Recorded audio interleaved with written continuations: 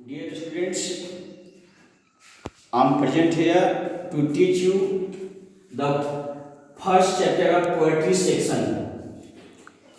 It is Dust of Snow, written by Robert Frost.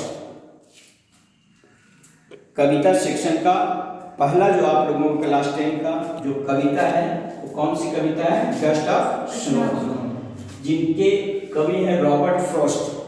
He is an American poet, very famous poet, who received so many prizes for his poetry. अपने कविताओं को लिखने के कारण उसे बहुत सारी कविताएं लिखने पर इनाम मिला था. किनको? रॉबर्ट फ्रॉस्ट को. तो dust of snow is a symbolic poem which has great significance, जिसका बहुत ही ज़्यादा महत्वपूर्ण है. इंसान की जिंदगी में कभी ना कभी कुछ घटनाएं हो जाती है. कोई भी इंसान के एकाएक उसकी जिंदगी क्या होता है? चेंज हो जाता है, परिवर्तन हो जाता है.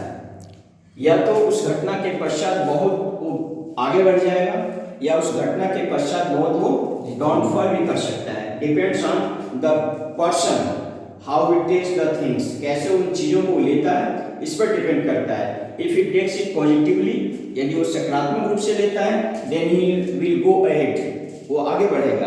और if it takes it negatively, यदि उसको नकारात्मक रूप में लेता है तो ही विल फॉल डाउन, वो नीचे जाएगा. कहने का अर्थ है कि आप लोग तुलसीदास के बारे में पढ़े होंगे. तुलसीदास जो रामचरितमानस के लेखक है, कवि हैं. उनके जीवन में भी एक ऐसी घटना घटी कि एक साधारण से इंसान क्या चीज में बन गए, बहुत बड़े ग्रंथ लिख डाले उन्होंने. हम लोग सब जानते हैं कि वे अपनी पत्नी के बहुत आसक्त थे. अपनी पत्नी के बिना एक पल भी वो नहीं बिता सकता था.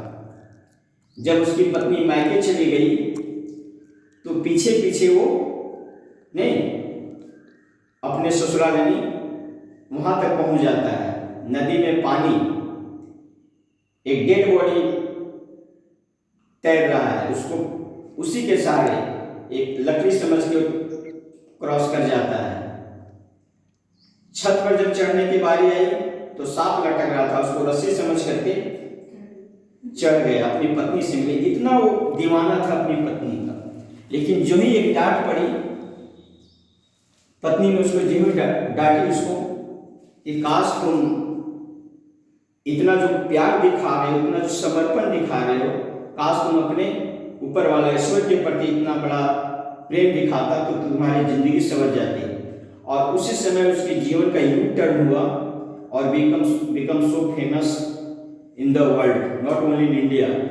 भारत में विश्व में प्रसिद्ध हुआ, जिसका एक प्रतीक के रूप में रामचरित मानस है हम लोगों.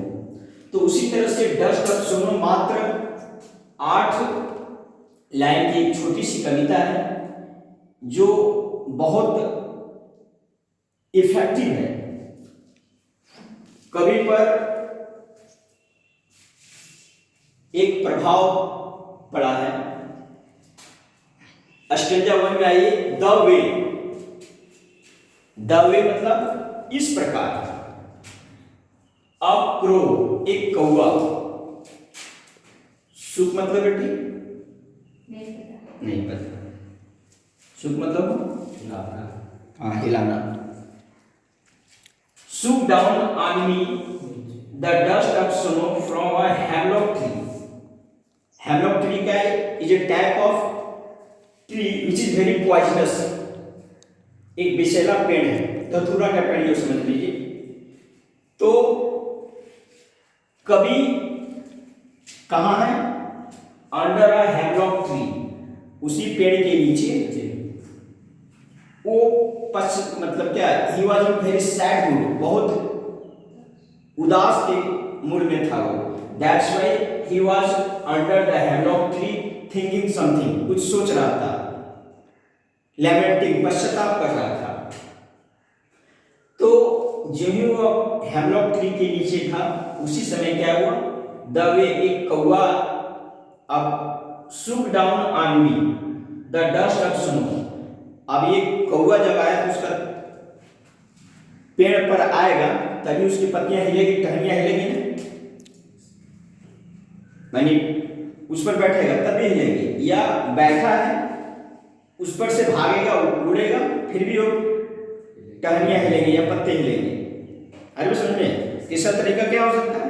हो सकता है उधर से बगल से क्रॉस करे कौवा, फिर भी पत्ता वगैरह टहनियां वगैरह हिलेंगी। तो these are the 3 way by which crow can shake down the leaves of the hemlock tree. ये सब तरीका जिसके कारण उनके पत्तों को, टहनियों को हिला सकता है। तो कभी धतूरे के पेड़ के नीचे, हेमलॉक ट्री के नीचे, और वो आकर के इस प्रकार बैठा या उससे उड़ा जिसके कारण डस्ट ऑफ स्नो, डस्ट मतलब क्या होता है? कण, स्नो मतलब बर्फ, बर्फ के कुछ कण गिर पड़े किस पर? कवि पर, यानी रॉबर्ट फ्रॉस्ट पर। नतीजा क्या हुआ? has given my heart a change of mood। जो ही बर्फ के टुकड़े, बर्फ के कण कवि पर पड़ा, उस व्यक्ति पर पड़ा, तुरंत उसके एक चेंजिंग आया उसके बॉडी में। Given my heart a change of mood. जो सैड में था, उदास में था, he now became happy, वो खुश हो जाता है। क्यों खुश हो जाता है? And said some part of a day I had lived। चूंकि वो बैठ करके उस पेड़ के नीचे सिर्फ पश्चाताप ही कर रहा था, पश्चाताप ही कर रहा था। होता ना, किसी को सोच रहा है तो सोच ही रहा है, लेकिन जैसे ही उस पर क्या पड़ा, बर्फ के कण कुछ पड़े, तो वो इंसान में एक चेंजिंग आया, और जो दिन भर का समय रीड मैंने होता बर्बाद होना, पश्चाताप से सोचते हुए दुख में जो समय बर्बाद करते हैं वो रीड है। जो पूरा दिन उसका बर्बाद हो जाता, वो बर्बाद होने से क्या हुआ? बच गया। तो मैं समझता हूं कि इसमें आप लोगों को कोई दिक्कत रीड में नहीं होता भाई, बर्बाद। और क्या बताए थे? इधर में कोई तो वर्ड मीनिंग नहीं समझ, दिक्कत होनी चाहिए। द वे मतलब तरीका, सुक डाउन में नीचे हिलाना, गिराना, आर्मी द डस्ट कण, स्नो मतलब बर्फ, from a hemlock tree, has given my heart. Heart में समझ रही ना? नहीं पता। हार्ट नहीं समझ रही हो? हार्ट HEART, दिल, हृदय। चेंज ऑफ मूड, उसका एक मूड नहीं तो कभी लोग बोलते हैं मेरा मूड खराब है, मेरा मूड बहुत बढ़िया, आज पढ़ने का मूड है, बहुत मूड कर रहा है। तो ये कवि जो है रॉबर्ट फ्रॉस्ट पश्चाताप में अपना पूरा दिन व्यतीत कर रहा था, लेकिन जेनुइन कौवा का मोशन के कारण, कौवे की गति के कारण हलचल हुई पौधे में, और कुछ डस्ट ऑफ स्नो कहाँ पड़ गए? कवि पर।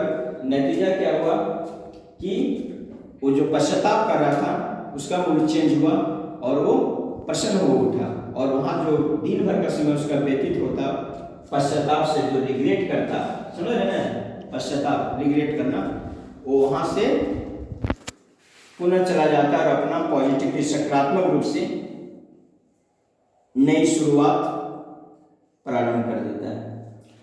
तो इस कविता में रॉबर्ट फ्रॉस्ट द्वारा लिखित है, ये इनके द्वारा लिखित 2 कविता है, एक डस्ट ऑफ स्नो है और फायर एंड आइस है। दोनों कविता में से एक जरूर क्वेश्चन रहते हैं मैट्रिक परीक्षा में, संभावित निश्चित रूप से रहता है। तो इसे आप लोग डीपली अध्ययन करेंगे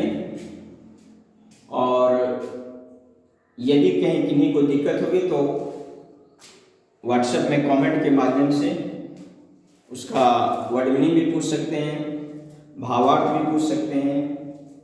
धन्यवाद।